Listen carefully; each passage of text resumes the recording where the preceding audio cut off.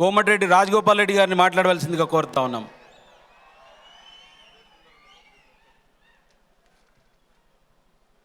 ఈరోజు చేవెళ్ళ నియోజకవర్గంలో కాంగ్రెస్ పార్టీ కార్యకర్తల సమావేశానికి విచ్చేసిన వేదిక నుంచి పెద్దలందరికీ, తెలంగాణ రాష్ట్రం నలుమూల నుంచి వచ్చిన కాంగ్రెస్ పార్టీ కార్యకర్తలకు, సోదరులకు, నాయకులందరికీ కూడా నా హృదయపూర్వక నమస్కారాలు తెలియజేస్తున్నాను. నాకంటే ముందు హనుమంతరావు గారు చెప్పిండ్రు, తెలంగాణ వచ్చిన తర్వాత రాష్ట్ర ముఖ్యమంత్రి కేసీఆర్ గారు ఒక నియంతలాగా పరిపాలించి ప్రజాస్వామ్యాన్ని ఏ విధంగా కూని చేసిండ్రో మీ అందరికీ తెలియజేసిండ్రు.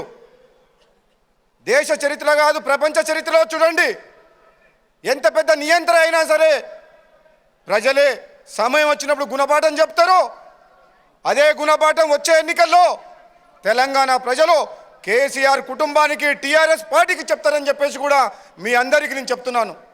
కాంగ్రెస్ పార్టీ కార్యకర్తల మీద జరుగుతున్న దాడులు కానీ, టీఆర్ఎస్ పార్టీ నాయకులు చేస్తున్న దోపిడీ కానీ తెలంగాణ సమాజం అందరికీ తెలిసిపోయింది. కేవలం డబ్బుతోటి, అధికారంతో ఎన్నో రకాలుగా మాయమాటలు చెప్పి ఈ పేద ప్రజలకు ప్రలోభాలకు లోటు తీసి ఈరోజు అధికారం రెండోసారి వచ్చింది తప్పితే నిజంగా ఒక విశ్వాసం ఉన్న వ్యక్తి కాదు కేసీఆర్ గారు. నిజంగా దమ్ము ధైర్యం ఉంటే నీవు ఈరోజు కాంగ్రెస్ పార్టీ గుర్తు మీద గెలిచిన ఎమ్మెల్యేలను కొనవలసిన అవసరం నీకేమైనా ఉందా? ఒక ముఖ్యమంత్రివై ఉండి, ఒక ఉద్యమకారుడివై ఉండి తెలంగాణ ప్రజల యొక్క ఆత్మగౌరవాన్ని, ప్రజాస్వామ్యాన్ని కూలి చేసి మా నకరికలు ఎమ్మెల్యేని ఎంతకు కొన్నవని చెప్పి అడుగుతున్న ముఖ్యమంత్రి గారిని సిగ్గు శరమేమని ఉంటే ప్రజాస్వామ్యాన్ని ఒక ముఖ్యమంత్రిగా కూని చేయొద్దు. ప్రజాస్వామ్యంలో ప్రతిపక్షాల పాత్ర అవసరం. ప్రతిపక్ష సభ్యులు ప్రజల పక్షాన అసెంబ్లీలో కానీ బయట కానీ పోరాటం చేయవలసిన అవసరం ఉందని చెప్పే ఈరోజు మాకు తెలంగాణ ప్రజలు ఇచ్చిన తీర్పుని 19 మంది ఎమ్మెల్యేలము ప్రజల పక్షాన పోరాటం సిద్ధం చేసుకున్నాం.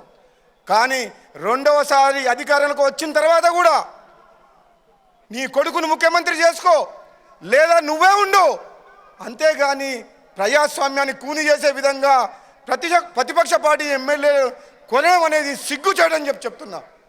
చాలామంది దుష్ప్రచారం చేస్తుండ్రు. చిరుమర్తి లింగయ్య కోమటిరెడ్డి సోదరులకు ఒక ఇంటి మనిషి, ఒక తమ్ముడు, ఒక దళితుణ్ణి చదివిపించి ఎంపీటీసీ, జడ్పీటీసీ చేసి 2 సార్లు ఎమ్మెల్యే చేసినాం. గత ఎన్నికల్లో చెప్పినాం మేము, మాకు టికెట్ ఇవ్వకున్నా పర్వాలేదు, చిరుమర్తి లింగయ్యకి ఇవ్వండి టికెట్ అని చెప్పి. ఒకవేళ నాకు ఇచ్చినా సరే, మా సోదరికి ఇచ్చినా సరే, చిరుమర్తి లింగయ్య టికెట్ ఇవ్వకపోతే మేము పోటీ చేయమని చెప్పినాం. మా సీటు అవసరమైతే మా పదవిని త్యాగం చేస్తామని చెప్పి ముందుకొచ్చి కాంగ్రెస్ పార్టీ అధిష్టానంతో కొట్లాడి టికెట్ తీసుకొచ్చి కార్యకర్తల్ని ఒప్పించి మెప్పించి మేము ఈరోజు కాంగ్రెస్ పార్టీ ఎమ్మెల్యేగా గెలిపించినాం. నీకు ఏ మాత్రం నైతిక విలువలుంటే నీ కాంగ్రెస్ పార్టీ ఎమ్మెల్యేలను ఎవరిని చేర్చుకోవద్దు. కాంగ్రెస్ పార్టీ తరఫున చెప్తాం, ఈరోజు ఎంతమందిని ఎమ్మెల్యేలను ఉన్నా సరే నీ డబ్బుతో, నీ అధికారంతో, నీ ఎటువంటి అహంభావం చూపించిన సరే తెలంగాణ ప్రజలు, సమాజం అంతా ఈరోజు మిమ్మల్ని చూస్తుంది. రాబోయే రోజుల్లో తప్పకుండా నీకు సరి అయిన సమయంలో తెలంగాణ ప్రజలు నీకు, నీ కుటుంబానికి బుద్ధి చెప్తారని చెప్పేసి కూడా ఈ సందర్భంగా చెప్తున్నా. మరొక్కసారి చెప్తున్నా, కాంగ్రెస్ పార్టీ కార్యకర్తలకు, నాయకులకు, సోదర సోదరీమణులకు, ఈ భారతదేశానికి స్వాతంత్రం తీసుకొచ్చిన పార్టీ, బడుగు బలహీన వర్గాలకు న్యాయం చేసే పార్టీ, సామాజిక తెలంగాణ కావాలంటే మీరు గర్వంగా ఒక కుటుంబ సభ్యులుగా ఉండవలసిన పార్టీ కాంగ్రెస్ పార్టీ. అధికారం లేదు అని చెప్పి భయపడవద్దు, అధైర్యపడవద్దు. రాబోయే రోజుల్లో కాంగ్రెస్ పార్టీ జెండా ఎగిరేస్తాం. మొన్న మునుగోడు మీద ఎగిరేసినాం, 2023లో తెలంగాణ మీద కూడా కాంగ్రెస్ పార్టీ జెండా ఎగిరేస్తామని చెప్పేసి ఏ కార్యకర్త కూడా మీరు అధైర్యపడొద్దు. రాబోయే రోజుల్లో రాహుల్ గాంధీ గారి నాయకత్వంలో కాంగ్రెస్ పార్టీ తిరిగి అధికారంలోకి